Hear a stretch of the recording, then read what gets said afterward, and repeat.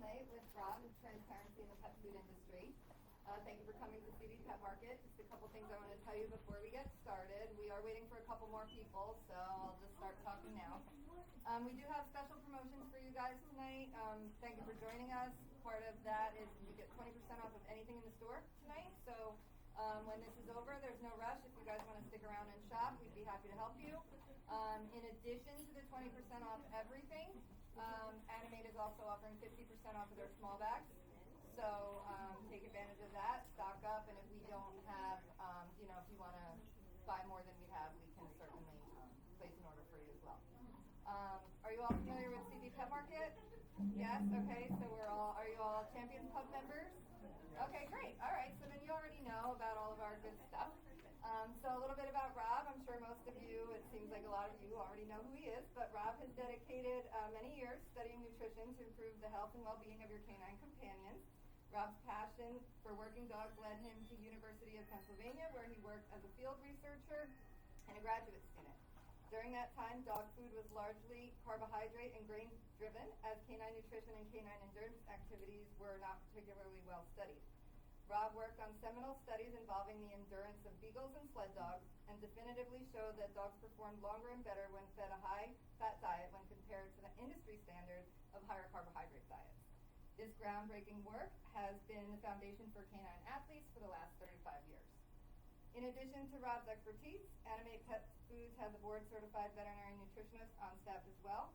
Having two nutritionists provides better checks and balances on creating great formulas. Between the two of them, they have over 100 publications in peer-reviewed veterinary and nutritional journals. We are honored to have Rob with us this evening, so I'm going to turn it over to him. Thank you very much, Rob. Thanks, Kelly. You've just gone through my first five slides. So I'm truly honored to be here with you tonight, and it's been a great pleasure working with CD Market over the years, and we truly appreciate the partnership. And to be honest, I've been involved in the pet industry for over 40 years, so hopefully tonight you'll gain some insight in becoming a better pet parent. So to give you some of my background, as Kelly just mentioned, I'm the creator of Annamaet Pet Foods. I did my undergraduate at the Ohio State University. Then I spent 7 years doing graduate work at the University of Pennsylvania School of Veterinary Medicine. So a lot of my work's been published in peer-reviewed veterinary nutrition journals. People always wonder, how did you get started in this? Well, to give you some of my background, I don't know, can we turn down the lights here maybe? Or can you see these slides all right? To give you some of my background, I was born and raised with German Short-Hair Pointers and English Pointers. We did field trials. And so I actually get along better with dogs than I do with people. And I went away to college in northern Minnesota, and I attended a sled dog race. And I thought, wow, this is neat. And so being a poor college student with no money, I started to accumulate a bunch of rescue sled dogs.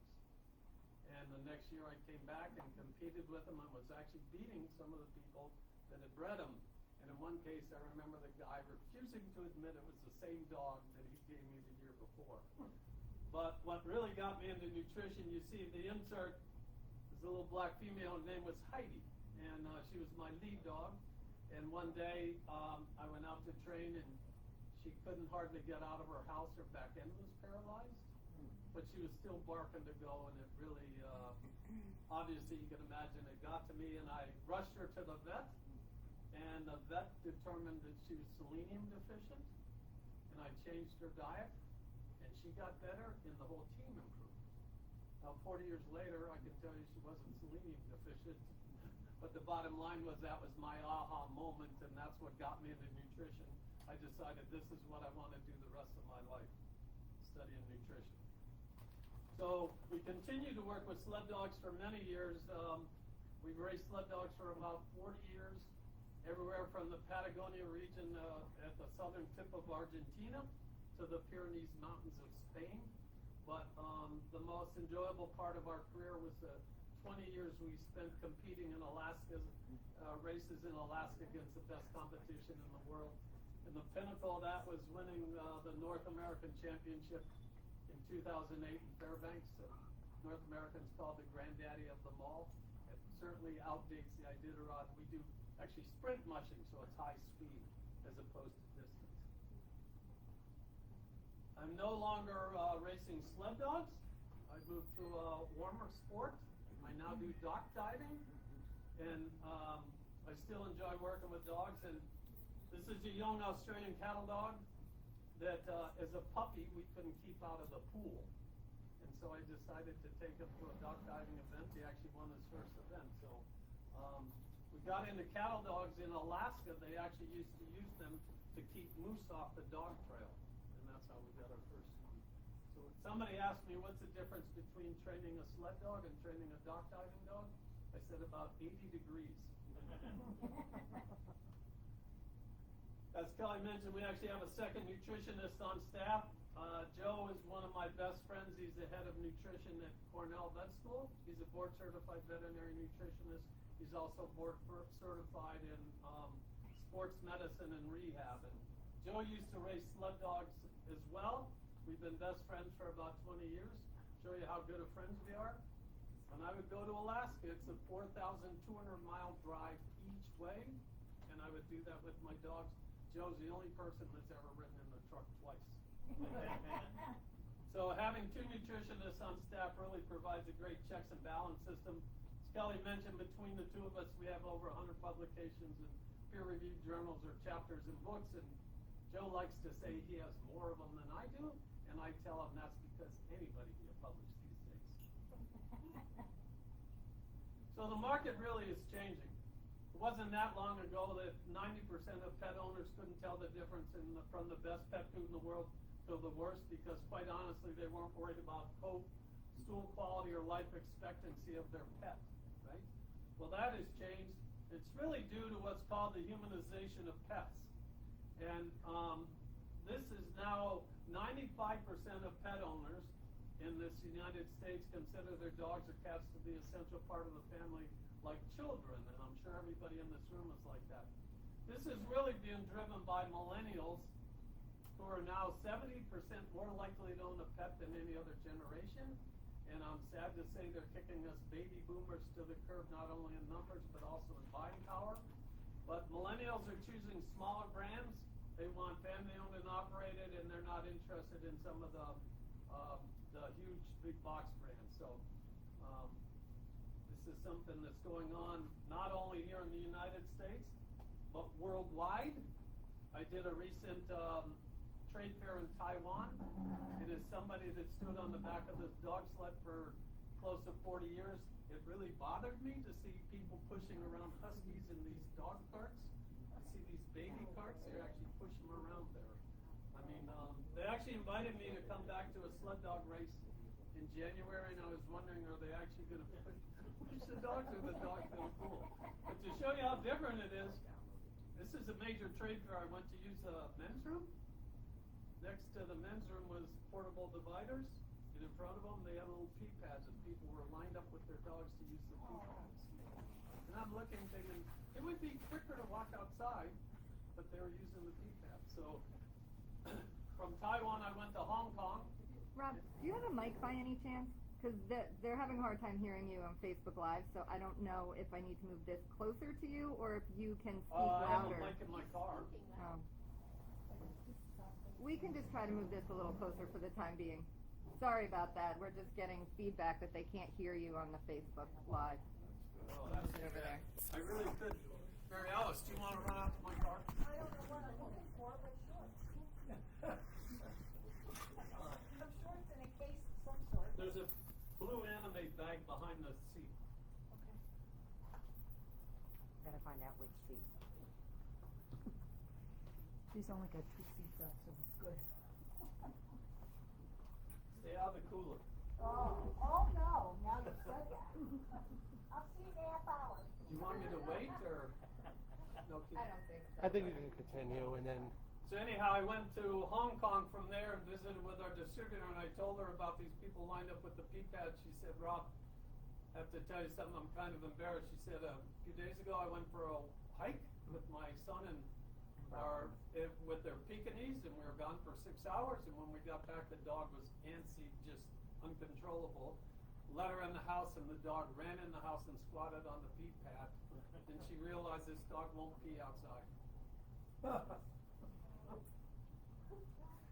Sounds like mine. So, pet foods come in various forms. You can get everything from baked to canned, extruded, freeze-dried, or even obviously raw, or even air-dried, right? But the important thing for you to understand is that each ingredient you see on that side panel of dog food comes in at least 4 different quality levels. The problem is we're required by APCO regulations to use only certain names. So the chicken in one bag might not be the same as the chicken in another bag. For example, if I take one of my recipes and I just go to cheaper ingredients, I can cut between $6 and $18 off per bag my cost. So you can imagine what it is by the time you're buying it in retail, right? So it's really makes a huge difference. The other important thing for you to remember is pets don't require ingredients, they require nutrients. So don't get caught up in what the ingredient is, it's more important what the nutrient is. The other concern we're starting to see in the pet food industry are VC firms, venture capital firms buying in. Yep. In 2008, with the Great Recession, one of the things we learned is the pet industry is recession-proof. People are going to cut the budget in a lot of things, but they will not cut it on their dogs, right? Right. Problem is, once a VC firm takes over some of these companies, oftentimes quality, they're trying to get their investment back. One of the best examples of this is I have a great friend who sells vitamins and minerals to the pet industry. When he would bid, a particular company that was family owned, when he would bid, he'd have to put country of origin of each vitamin and mineral, purity levels, and expiration dates, everything he would have to list. Once the company is bought by the venture capital firm, now when he goes to bid, you know what he gets? One line for price, right? They don't care where it's from, they don't care about the quality, anything. So those are the kind of things that you really need to watch out for. So it's really difficult to read the label and determine nutritional quality. And because there's always going to be some company in the industry that is just going by price and they're going to go as cheap as they can. So it's something to be concerned about. Another thing you hear is, my dog evolved from a wolf, and so he should eat like a wolf. Need to remember, wolves only ate every 3 to 5 days, and they used to have to chase down and kill their prey. Now we're not only feeding these dogs every day, we're feeding them multiple times a day. They're staying in a heated building in the winter, and they're staying in an air-conditioned building in the summer. So be careful about feeding them too high, especially fat. Dogs don't need all this protein and fat that they often get. The other thing is, you hear, can my dog break down starches? You need to understand that dogs were domesticated back in the Paleolithic era, which was about, 30, I don't know, too many years ago. And your ability to break down starches is called the amylase gene. And dogs have evolved now that they have over 7 times the amount of amylase gene that a wolf does, right? So they have evolved so they can break down starches. I'm going to try and do this on the fly.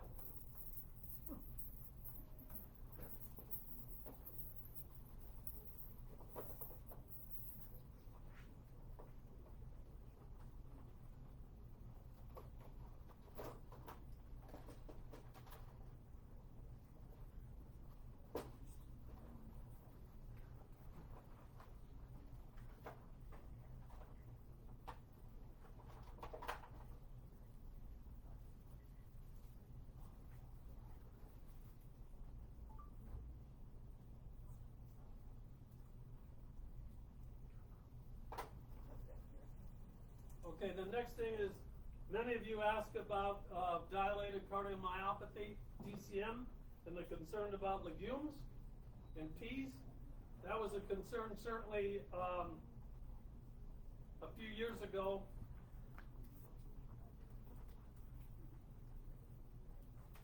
I'm afraid it's dead.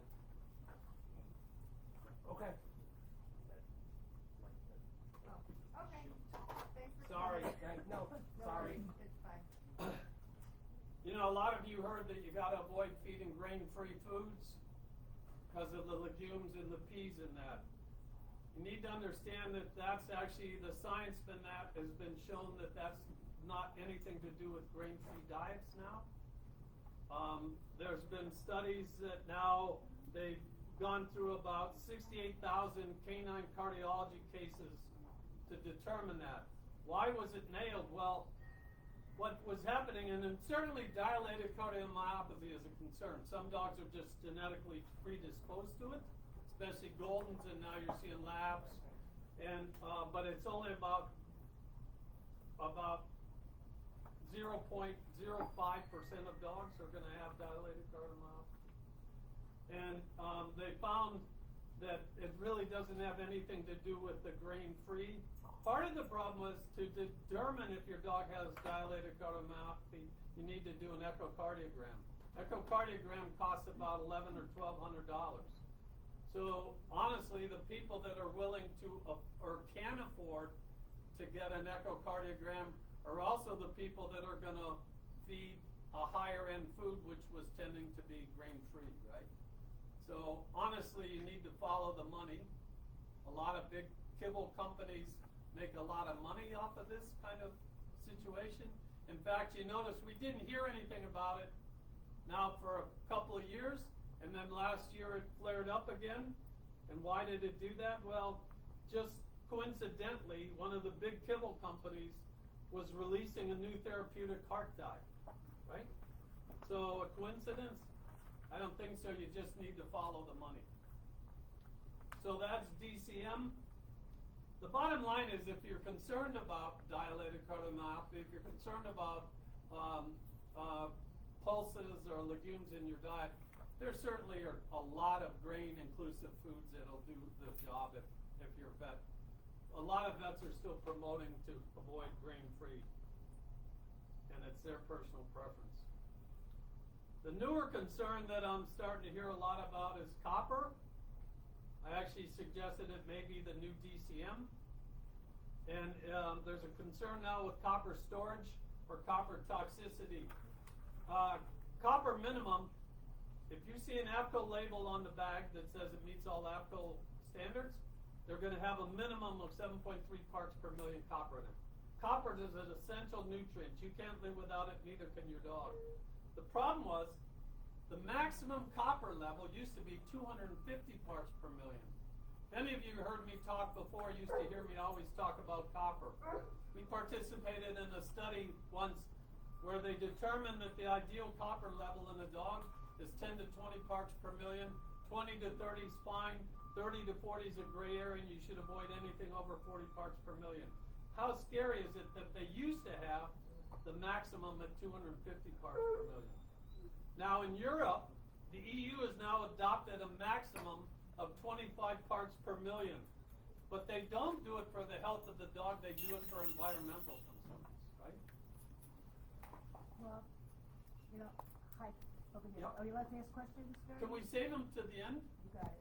Because it will, I have a hard enough time following my train of thought. So copper levels are a growing concern. It used to be a concern with West Highland Terriers and Bedlingtons. Now we're starting to see it in Dobies, Shar-Peis, Labs. And even now they've been able to determine that Bedlingtons have a gene in it that they can determine they're predisposed to it. So now I would bet that pretty soon you're going to start to see that other dogs are starting to come down with it too. So if you do have a concern about it and your dog is determined to be too high levels of copper, you might want to test your water, especially if it's well water. Well water has a lot of copper in it. Why is that? Oh, sorry. Never mind. As far as copper pipes, that's usually not a concern. Copper pipes, any copper that's leached off of that is copper oxide. It's not very well metabolized. But the important thing is, we've not determined any safe upper limit for dogs.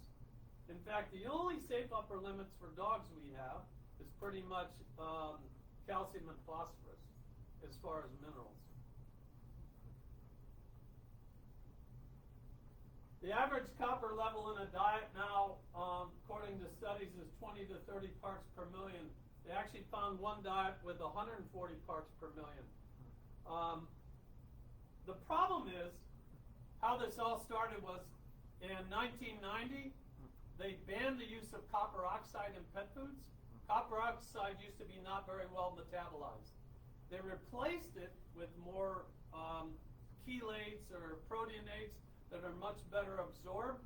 The problem is many of the people formulating the diets didn't then lower the amount they're putting in, right? They kept adding the same amount. Now it's better metabolized. Now you're getting it better absorbed. Now you're starting to see more dogs with copper storage issues. So the bottom line is, if you see AFCO, if it's an AFCO approved diet, it's got to have 7.3 parts per million. All of the Annamaet diets are probably 15 parts per million or under.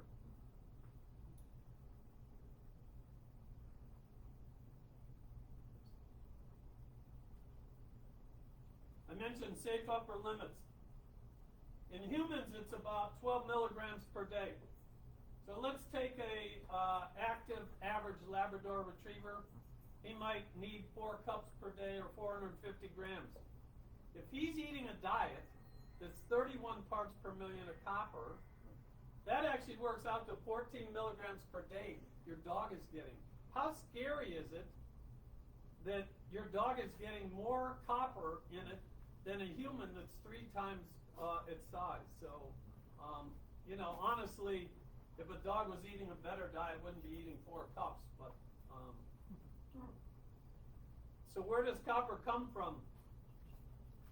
You get a lot of your copper from the meat and fish you eat.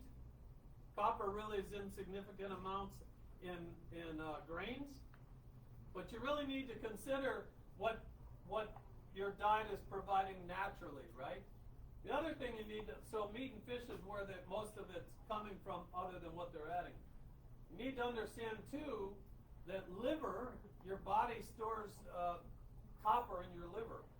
So if you're using a diet with a lot of organ meat, a lot of liver, you're going to get more copper through that diet as well. Beef also is higher in copper than chicken. Chicken is actually one of the lowest copper levels in meat. The other thing to watch out about is byproduct meal. Mm-hmm. If chicken meal is the clean with no viscera, chicken byproduct meal includes the viscera, which is going to include organ meat like liver. So you're going to get more copper from that as well. So you really need to watch out for that. Part of the reason beef is higher is that copper is stored in your body, so it accumulates over time. Most beef used in the pet industry tends to be older dairy cows, right? So there's more chance of it. So if your dog has a copper concern, you may want to avoid products with liver or beef, and especially byproducts. As I mentioned, copper is an essential nutrient. You can't live without it. Don't be afraid to talk to the manufacturer of your pet food and ask them what the copper level is in their diet. If they can't tell you or they won't tell you, that should be a red flag. You should be concerned about it, right? The other thing is, just because there's no copper listed on the ingredient panel doesn't mean there's no copper in the formula. And again, if it's an AFCO-approved formula, it's got to have at least 7.3 parts per million. In fact, there's a company that promotes that they're copper-free. Yet tests that we've run on their diet show that they're getting between 8 and 10 parts per million. So what's really being done about it? They actually put together a nutrition think tank trying to come up with suggestions to AFCO. What should be the upper level of copper? Well, they concluded that there's not enough research to establish an upper level. They did suggest that any diet that is 15 parts per million or lower could be listed as low copper and stated on the guaranteed analysis. That wasn't approved, so you don't see that. The bottom line is nutritionists want a lower copper level, whereas big pet food companies want a higher max. And why is that? Because when I mentioned DCM, Big Kibble can make money promoting that. They're going to lose money promoting this, right? They don't even want to talk about it because they got to stop using byproducts. If they got to stop doing this, it's going to cost them more, right? So, not everyone considers it a concern, but I think you're going to start hearing more about it as we go down the road. How do you compare the nutrient values of different types of pet food, right? So if you want to compare a canned to a raw to a dry dog food, anything like that, how do you compare those nutrients? Because one of the things I always hear is somebody will call our office and they'll say, my dog is overweight, my vet says to switch to canned dog food because it's lower in fat. Or I switched to raw because it's lower in calcium. What you really need to do is compare those. So you're comparing apples to apples. So how do you do that? Well, as you see, it's as-fed versus dry matter. You see on the guaranteed analysis of every pet food, it's going to say percentage protein, fat, fiber, and moisture, right? But that's as it's fed. So when you pour it out of the can, that's as it's fed. It includes all the moisture. When you pour it out of the bag, it includes the moisture. It's very little moisture. Same way with raw, all the moisture. It's called as fed. If you want to compare it, you got to remove the moisture, right? And so how do you do that? Well, let's look at how it compares. I just took two of our products. I took two popular raws, and then I took two canned diets. As fed is how you read it on the label.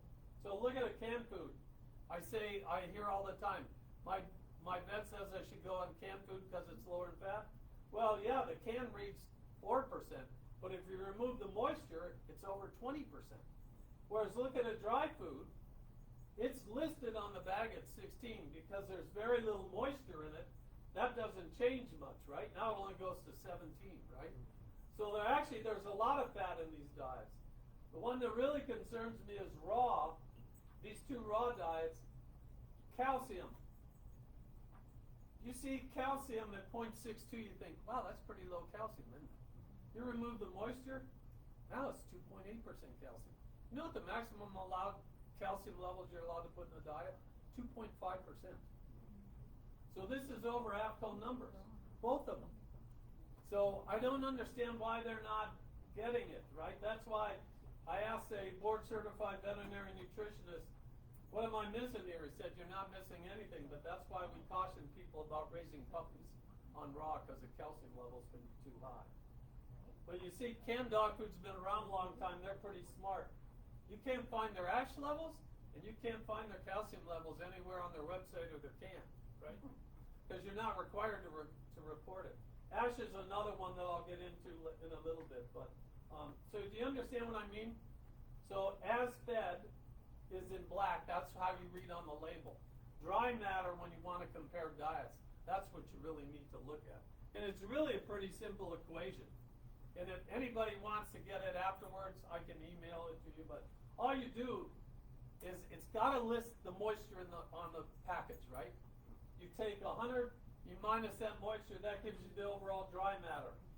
Then you just take the nutrient on an as-fed basis, divide it by that, multiply it by 100, and now you get the percentage on a dry matter basis. So it's really pretty simple. I know it sounds complicated now, but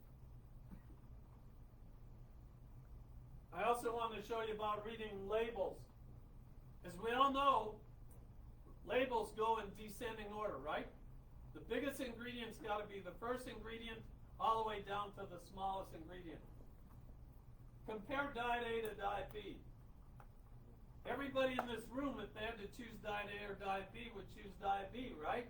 It's got 2 meat sources in it, and corn, the bad guy, is 4th here, but it's only 2nd here, right? It's got to be descending order. Something you might not be aware of is if you have ties, you can list it any way you want. So now look at it. There's actually more meat in diet A with 1 source than there is in diet B with 2 sources. There's actually less corn in diet A when it's 2nd versus the 4th. So pet food companies can play with the ingredient labels to make it look better or worse. And the other thing, look at this. I could put this diet B in a bag and I can call it chicken and rice. I could put the same food in a bag and call it lamb and rice. So when you go into a store and you see all these different products that say all these different breeds, do you really think that they're different? Or chances are they're just playing with the ingredient list, because one of the first things you learn is marketing 101. The more shelf space you can take, the more product you're going to sell. How about fresh versus meal? A tractor trailer load is 40,000 pounds. If I have fresh chicken, 40,000 pounds of fresh chicken, it's 70% moisture and only 30% dry matter. So bottom line is, in a tractor trailer, I got 28,000 pounds of water and only 12,000 pounds of meat. If I get chicken meal, it's only 10% moisture. Now look at it. You actually only got 4,000 pounds of water and you got 36,000 pounds of meat. And you know what? When you list an ingredient on the packaging, it goes by wet weight. Not what goes in there, it's wet weight. So now let's look at it when you're reading the label. Diet A's just got chicken meal in it. Diet B's got fresh elk, fresh chicken, chicken meal, fresh salmon. Wow. Diet B's got to have way more meat in it, right? Actually, it's got twice the amount of meat going in, but a big part of it's water. So if you're making kibble, you're removing the water anyhow. Now look at the dry matter. There's the same amount of meat in both. That's why when you buy a product that's got fresh meat included, you'll often see more than one source, because they'll always have some meal in there, because you're adding so much water with this. Right? What's in the meal? I'll answer that when we get back, or when we get done. The other thing is feeding instructions can be very misleading. If I wasn't required by law to put it on the bag, I wouldn't even do it, because every dog's different. And if I take a litter of 7 pups and I raise them to adulthood, one in that 7 is going to need 40% less calories than the average. One in that 7 is going to need 40% more calories than the average. So you could have 2 dogs in the same litter that one could eat twice as much as the other, right? So just be careful. A company, like before I had to put my name on the package, I would read these feeding instructions and think, no way I can feed that much. They're just trying to make more money. When I had to put my name on it, then it dawned on me, who are you going to gear that product to?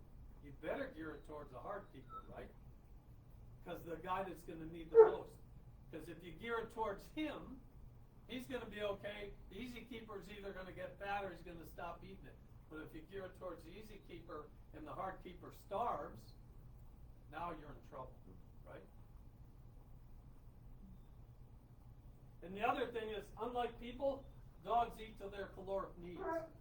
What I see all the time is people have an overweight dog and they say, oh, my dog doesn't like dog food anymore. Well, maybe it's because you're feeding him too much. Cut him back, because one of the first things you learn in nutrition, normal healthy dog won't starve himself because he doesn't like the taste of the food.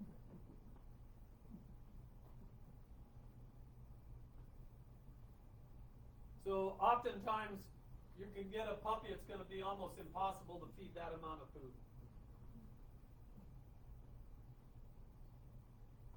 Microbiome, we hear that a lot now. The microbiome is basically the collection of bacteria, cells living on or in each human. You're about 30 trillion.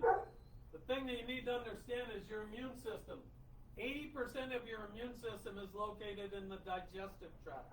So a healthy gut is really important for overall health.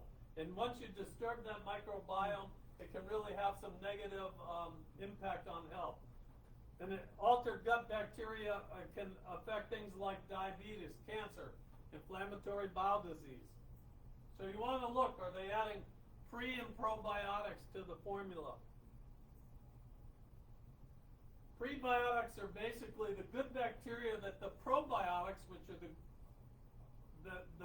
prebiotics are what the good bacteria and probiotics feed off of, right?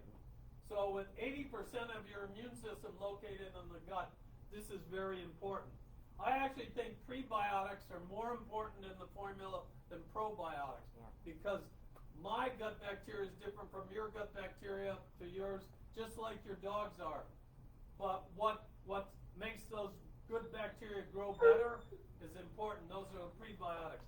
A source of that, you'll see on the bag, could be dried chicory root, could be fructooligosaccharides. Even beet pulp and psyllium could be considered prebiotics. But adding probiotics do have some other help. They're often sprayed on the outside of the kibble, and it actually can provide a protective coating to help with the pathogens that are trying to cause issues. So I mentioned ash content before. Ash content is the pet food industry's dirty little secret. Basically, ash is the non-digestible portion of the formula containing a lot of minerals and bones. For instance, when a human dies and they get cremated, what do? We get the ashes, right? We actually do that with pet foods. When we're done making pet foods, we incinerate it. What's left is called ash, right? And so ash is really non-digestible. It tends to be lower in plants, but to show you the difference, good quality meat or fish is low ash. Low ash meat or fish is about 69 or 70% protein, and the ash level is only 10 or 11%. Poor quality meat or fish has a high ash content of 42 to 45, and our protein, and the ash content can be 24 to or 42 to 45. So you see the difference? You know, getting back to this whole DCM thing, a little. One of the first diets that got nailed for it was a kangaroo diet, right? A kangaroo with legumes in it. And one of my retailers kept telling me I got to make a kangaroo diet, I can't keep it in stock. So I finally reached out to the biggest supplier of kangaroo meat to the U.S., Pet Foods, and asked them to send me a certificate of analysis. You know what the ash content was in that kangaroo? 30%. It was so high, I contacted them and I said, I think you have a typo. Because if I grind straight bone and I ash it, it's only 36%. He said, no, that's what it is. I said, how do you get 30% ash? Well, you need to know what we're using. I said, what are you using? He said, we're taking the long bones of the kangaroo, we're stripping out the outside membrane, which is called the periosteum. We're drying that, and that's what we're selling as kangaroo meat. But there comes back to the point where if you don't have a nutritionist on staff or a good one, they might not even know that, right? The marketing people thought, whoa, kangaroo would be sexy. The nutritionist would say, not in this diet. But the problem is I can't label chicken or any meat low ash, right? So you could have two bags next to each other. One guy could be using low ash chicken, could be 69% protein. The next bag could be only 42% protein chicken, right? So salmon, everybody wants more omega-3 fatty acids, and most people get it from salmon oil, right? Something you might not know, 80% of the fish oils produced on this planet actually goes back into aquaculture to feed farm-raised fish. Isn't that scary, right? Why is that? Fish don't produce omega-3 fatty acids, they get it from the algae they eat. Farm-raised fish don't have access to the algae, right? Also, almost all the omega-3 fatty acids coming from salmon is actually extracted from the head of salmon. Wildlife biologists have known for years that if wolves in the wild have access to plenty of salmon, they only eat the heads. So we also have to be protective about the numbers. We're starting to overfish. In fact, some experts figure that our oceans will be fished out by 2050. As I mentioned, I used to race sled dogs a lot. I spent a lot of time in Alaska. Some of my best friends up there were Athabascans, and an old native Athabascan one time told me, he said, you know, Rob, before you white men were here, we had all the salmon we could eat. Now we have to live by your rules and your laws, and now some years we can't even catch them to feed our family. So we need to start considering that. So as I mentioned, fish don't produce omega-3 fatty acids, they get it from algae. So why not go to the source? Why not start using algae? So, and I'm not talking about the red-green algae in the bays that kill animals. I'm talking about algae that's grown in nice vats. So the bottom line is, not only is it sustainable, we can grow it pretty easy, it's also very stable. What's the one thing they tell you to do with salmon oil? Refrigerate it, right? Because it oxidizes. The principal omega-3 fatty acid the principal omega-3 fatty acid is DHA. It's been shown to help with brain development in puppies, also help with age-associated cognitive decline. If I use algae in my product, in 12 months I'm still have 99% of the DHA still in there. If I'm using salmon oil, it's probably closer to 50%, right? And EPA as well. So it's important to start thinking about protecting the environment and protecting our natural resources. To me, this is a win-win, right? Part of the reason that farm-raised fish are getting fed fish oils is you go to a fish market or you read about fish, what's the one thing they tell you? Wild-caught fish is going to have a lot more omega-3 fatty acids than farm-raised, right? Why? Because they don't have access to the algae. And also algae is actually a source of taurine. We're actually about to move to a cutting-edge new formula. It's an algal oil that will actually increase the EPA. The DHA actually is really great for brain development. EPA is better for skin. That's our next step, what we're going to be doing. Yeah. All right, all life stages are puppy foods. First puppy foods appeared in the early 60s, which was really the beginning of the humanization of pets. Many owners just have a hard time wrapping their heads around feeding the same food from puppy to old age, right? So they like feeding something different. Puppy foods really got a boost in 2012 when the American Veterinary Medical Association went out and they examined all these grocery store brands, and they found that all life stage foods, 40% of them had too much calcium in them for large breed puppies. And so they start telling people, don't feed all life stage, feed puppy foods, right? And so that's really got where it's got its start. Veterinarians are now recommending against feeding the same formula the entire lifespan. So you really have to look at proper dietary management. If you overfeed growing puppies, you're going to actually accelerate the growth curve. The bones are going to grow too fast, the pups are going to grow too big, and it's going to cause improper calcification and metabolic bone disease. In fact, now, AFCO has now said that any large breed puppy, any dog that's going to be over 70 pounds at adulthood, shouldn't be fed anything over 1.8% calcium, right? Here at Annamaet, we believe nothing should be over 1.5, but they're allowing up to 1.8. Used to be any dog was allowed up to 2.5. You need to understand that pups grow in a bell-shaped curve, and if you accelerate this growth curve by increasing caloric density, by feeding too high protein, too high fat, you really can upset the apple cart. I'm fighting all the time with Great Dane people, Rottie people. They want to have the biggest pup at 6 months, right? And it's just not healthy. Let them grow on their own. Don't force them. What about the other end of the spectrum, seniors?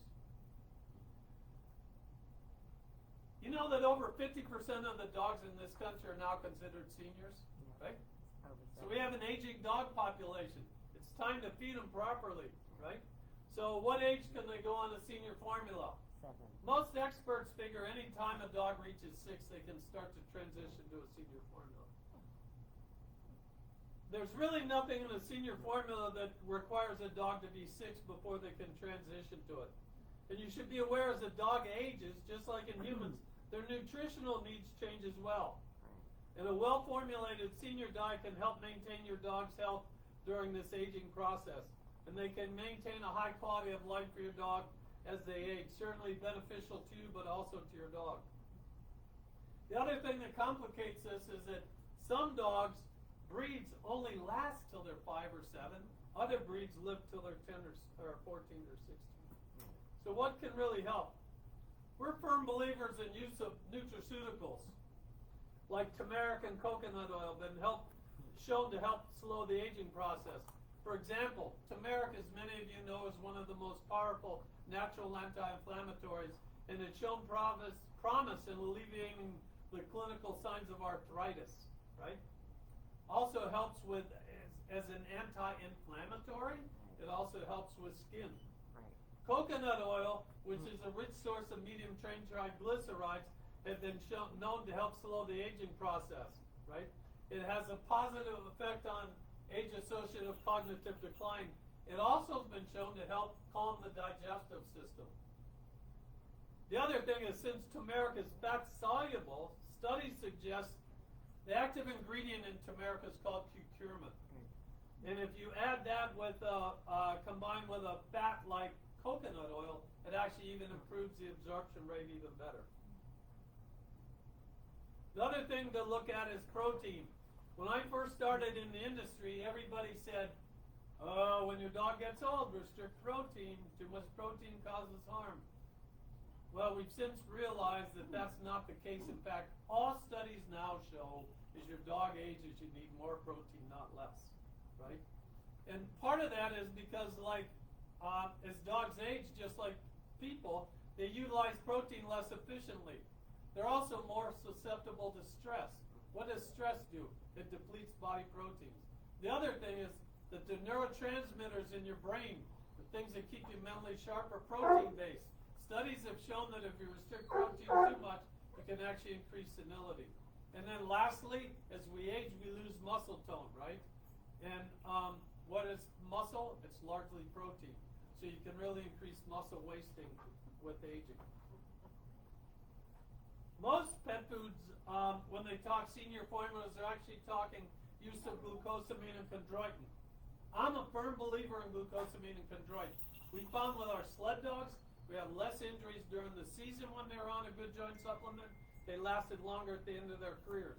How great would it be if your canine athlete now performed till he was 11 instead of retiring them at their 9? I remember being at a retailer in Delaware, and I said to the woman, the problem with dogs is by the time you get them perfectly trained, they're usually too old to do what you want.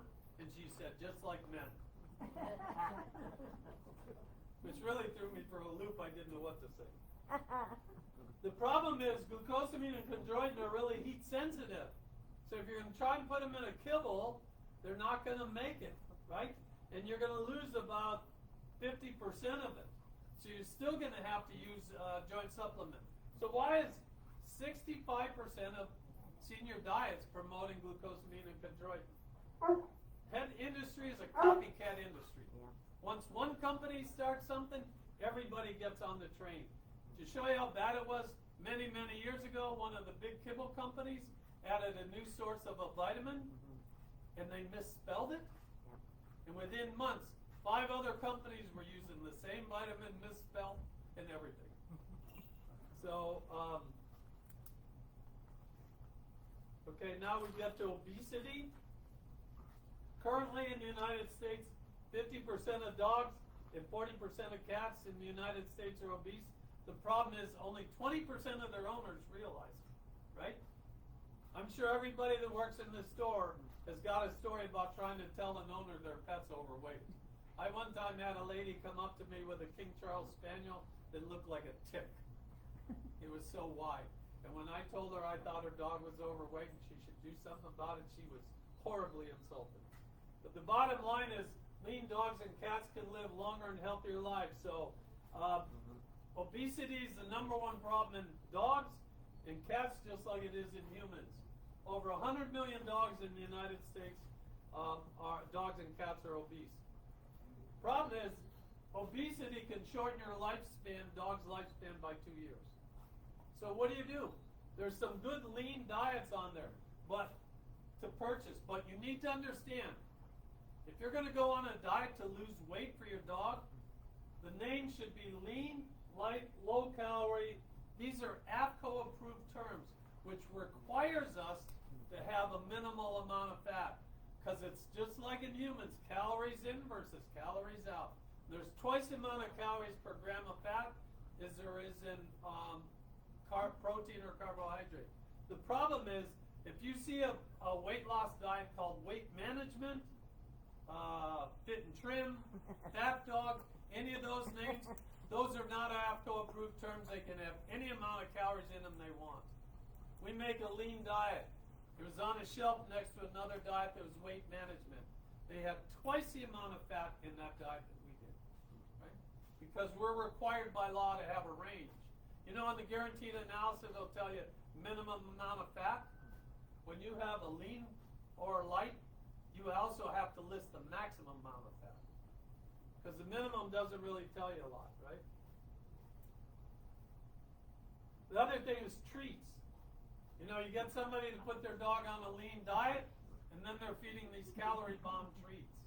So we actually make a lean treat as well. So weight issues increase a lot of health concerns, everything from pancreatitis, diabetes, heart disease, a lot of cancers, ruptured cruciate ligaments. Last year in the United States, there was over $1 billion in cruciate ligament surgeries done. Wow. Right? Vitamins. Over the last 15 years, vitamin supplementation has gone up by 30%. Why is that? The humanization of pets. Everybody's asking questions.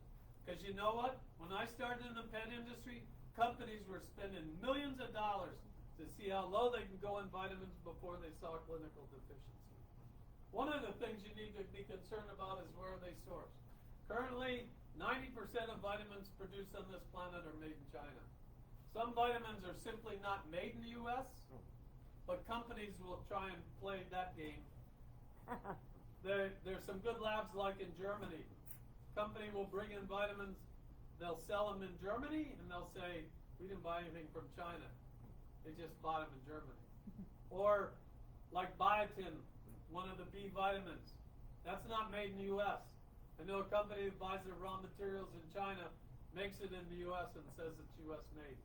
Right? So those are the things you need to look at.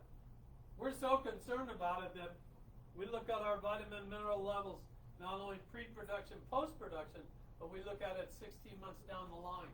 Not that I expect somebody to keep our food that long, but if they do, I want to make sure that I know that it's safe. As far as vitamin retention in kibble, you hear a lot of concerns about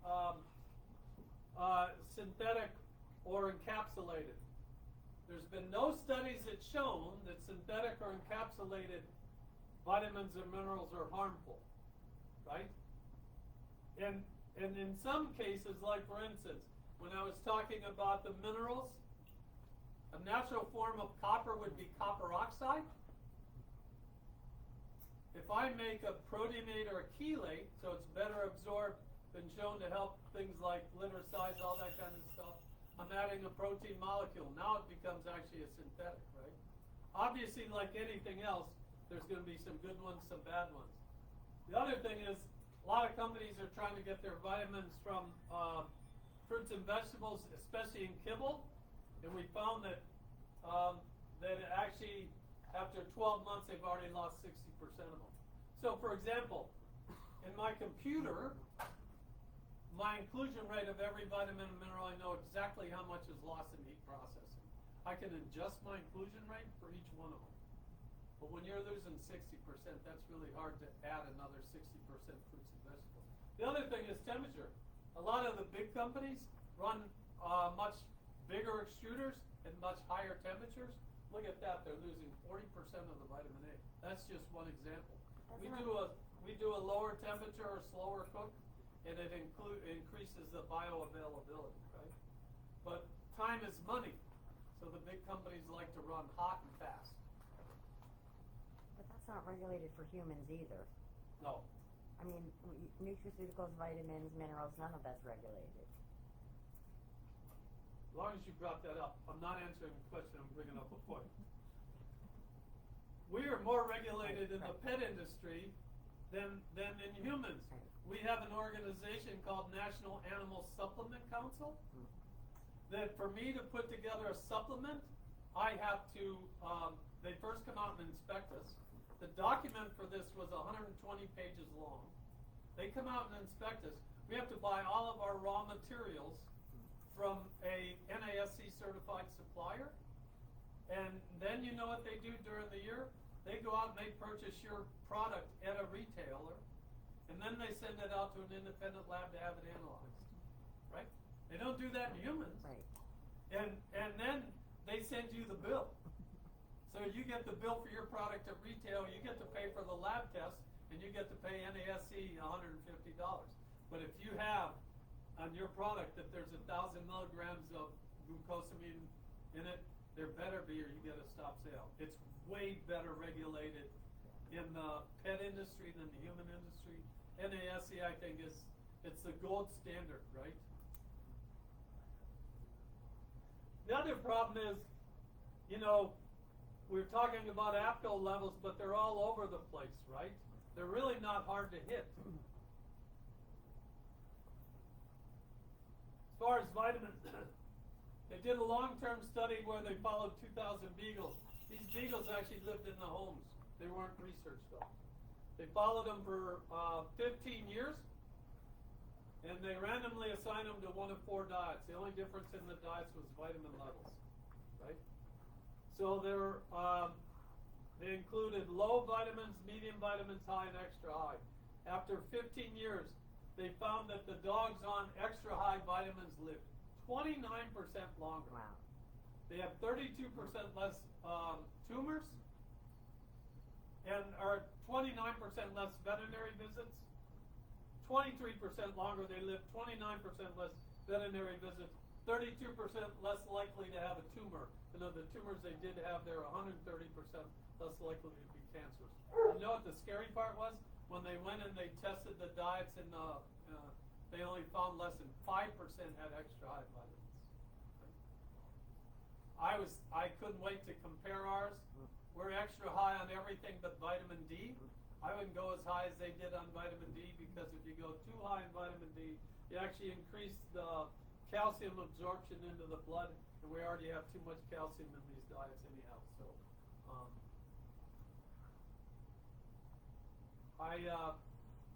since you guys have been so good, I thought I should at least bring in one Alaskan story, right? And so, I don't know if you know much about Alaskan moose, but Alaskan moose is about 6 foot at the shoulder, weighs about 1,400 pounds.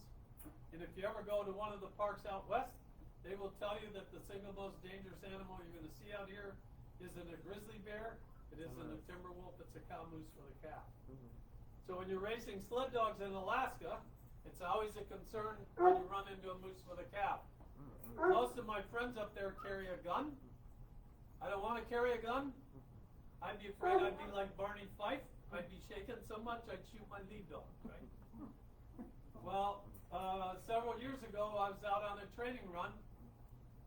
We'd see moose a lot. Your biggest fear is seeing them on the trail. Think about it. You get off the trail, it's waist deep snow. A moose eats about 40 pounds of willow a day. That's a 55-gallon trash can. So in the fall, we go back and trim the willows. So we were actually making great feed for them, right?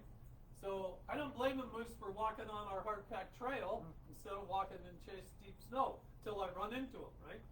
So you need to understand, if I'm on my sled here, my lead dogs are at the wall back there. I have no control over them other than by voice. Tell them turn right, left, or whatever. Other thing is our average speed is over 20 miles an hour, so we're really booking. I was going down the trail several miles from the cabin, told the dogs to turn right. I don't always see what they're seeing. As they went to turn right, they backed off like they saw something. I thought it was a squirrel or a rabbit.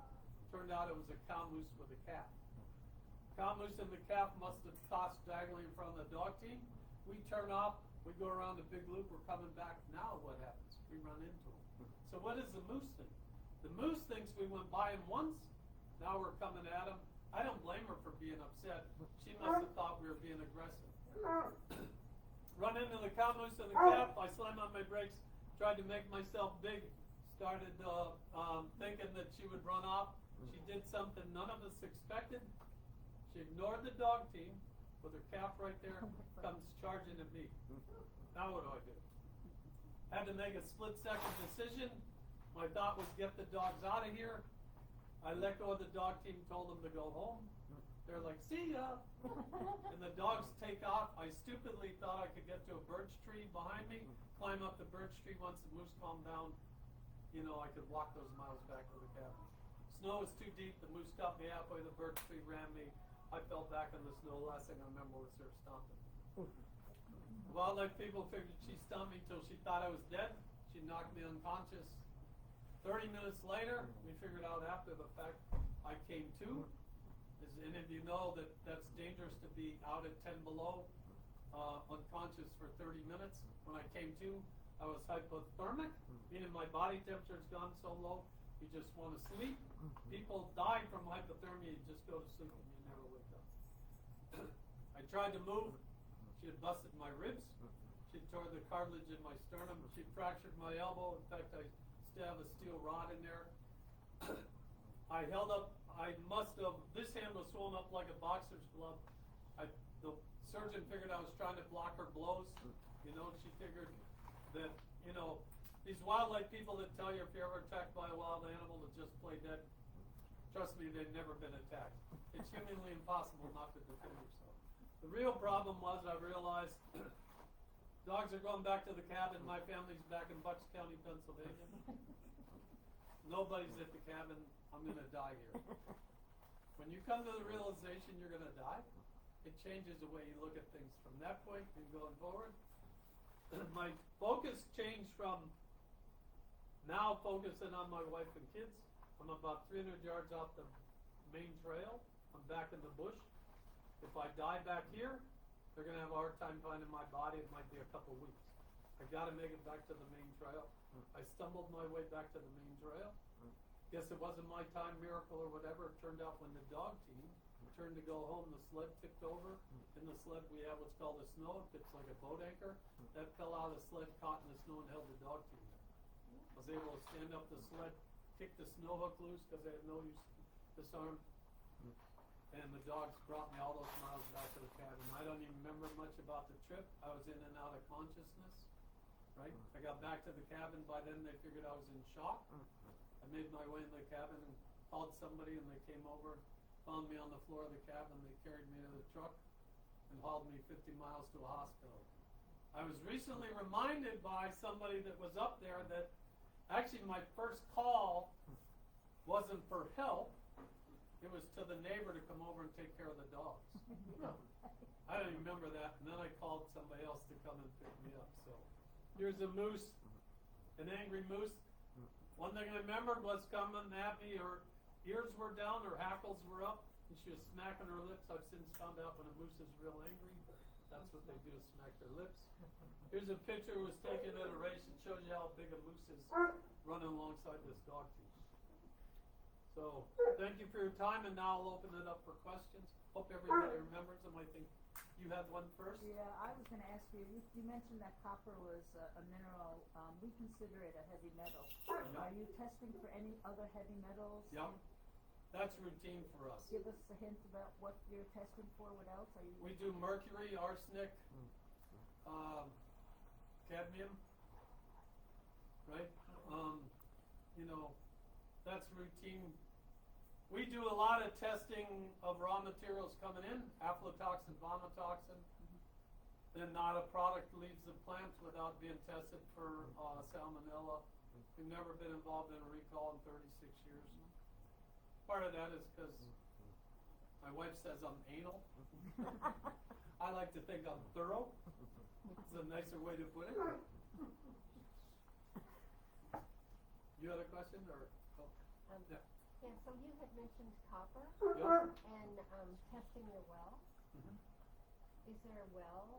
Is well water does it have copper? Yeah, if you have an issue with your dog, it's not a bad idea to test your well water to see if you're getting a lot of copper from that. From the ground. And it's in the ground? Yeah, Oh yeah. Is it in this area? It's all polluted. Yeah. it's everywhere. It's everywhere. I mean, that's where we get copper. We mine it out of the ground. It's not. Some areas are, just more than others. I don't know that it's really heavy here, but Well, we did test our well and we do have copper. I would be shocked if you could test any water and not have it. Most people don't test for it then. When you buy a house, you don't have to test for copper. No. They have to test all this other stuff, but they don't have to test copper. Really? And we tested copper because we have blue staining around the sink. That's And copper. we thought, acid, we have acid water. So acid water, copper copper. pipes, that was what was causing our thing, but I'm beginning to think it's in our well water instead of, But if you have a dog that's not having copper issues, you might, we feed him bottled water. I mean, we get, Yeah, we yeah. get Poland Springs water, so we drink But that I and would- feed that. I would make sure that the diet you're feeding them is lower in copper too, right? So we. I mean, that's the one thing I want people to understand is 20 to 30 is the average, but you can go up to 130 parts per million, I mean, right? he doesn't have any problems because I think because we feed it, we don't drink the water and we don't feed it. Yeah. Um, It usually happens as I mentioned, copper is stored in the body, so issues usually happen later on too. like what kind of issues? Lethargy, you could have some diarrhea, they could be just, there's a whole slew of them. I I can go could tell back you, and- it's change in temperament, change in temperament, there's change in gait, there's change in attitude. Right. It seems to be like a dementia. You could get distension in the gut. Looks like my dog's gonna drink. Huh? Poland Springs. We have well water, and that's all we give the animals, and I think that's something they'll have to change. Well, we have well water and that's all we drink. That's all our dogs drink. It's never been an issue. Well Part water, of it is, well water's better than the treated water. yeah, part of it is that our diets are lower in copper anyhow, so it's not as much a concern. Oh, depends on how the copper is. You had a question or? No, I don't have a question. I just was gonna comment that heavy metals are an issue in human diets as well as in our animal diets, and that there are studies that are now gonna be coming to light that will be evaluating not only human diet, but also, the testing of, heavy metals in all pet foods across the board. You know, we're actually, working on a diet that we're gonna do a study, cause I mentioned that think tank. You know what the one thing they finally agreed on? Disband it.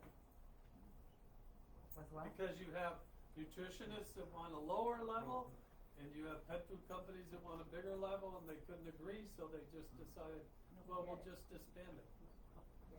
So we're gonna take it upon, I'm working with, I can't mention it. We're gonna Right. run a diet and do a bunch of tests on our own. I always like being on the cutting edge of nutrition. Sales doesn't do it for me. Anybody else? Yep. There's been some discussions lately about feeding once a day versus twice a day. Do you see any benefit one over the other? Yeah, here's the digestibility is a function of intake. So the smaller amounts you give more often, the better they're gonna digest it. Right. If you're gonna be working your dog, I'd be careful about feeding them a lot of food before you work them, because what happens is that blood that could go to the extremities to aid in heat dissipation, now is going to the gut to aid in digestion, and also that food starts slapping across the gut. I mean, this idea that dogs have to be fed multiple times a day is more for the human than probably for the pet. Having said that, I have a spoiled rescue cattle dog that comes down in the morning and literally sits and doesn't move in front of the thing until he's fed, right? All my sled dogs, we only fed once a day because we were always working them, and I didn't want that food in their gut while they were doing something, right? So it really becomes a personal preference. But you understand what I mean, they're going to digest smaller amounts better. Yep. What's your feeling on free feeding? If you got a dog that is fine with it not getting heavy, that's fine. It's really difficult to do that in a multiple house Yeah. because they start to compete for it. You know? But I mean, dogs, unlike humans, will eat to their caloric needs. If I was a dog, you couldn't free feed me. I'd be obese. Anybody else? Well, I do then, if nobody else has another question, I don't want to, but we feed him Stella and cheese, the raw patties, freeze-dried, and beef, and it's liver, and copper, Well, right? you should ask them what the copper levels are in it. Okay. Is that it? Good, any other questions? No? Alright, I just wanted to remind you guys, some of you might not have been here earlier about the promotions we have going on tonight. So anything in the store we're attending tonight is 20% off. So feel free to shop, and the Annamaet small bags are 50%. So everything else is 20% off. The small bags of Annamaet will be 50% off, and that's tonight only. So feel free to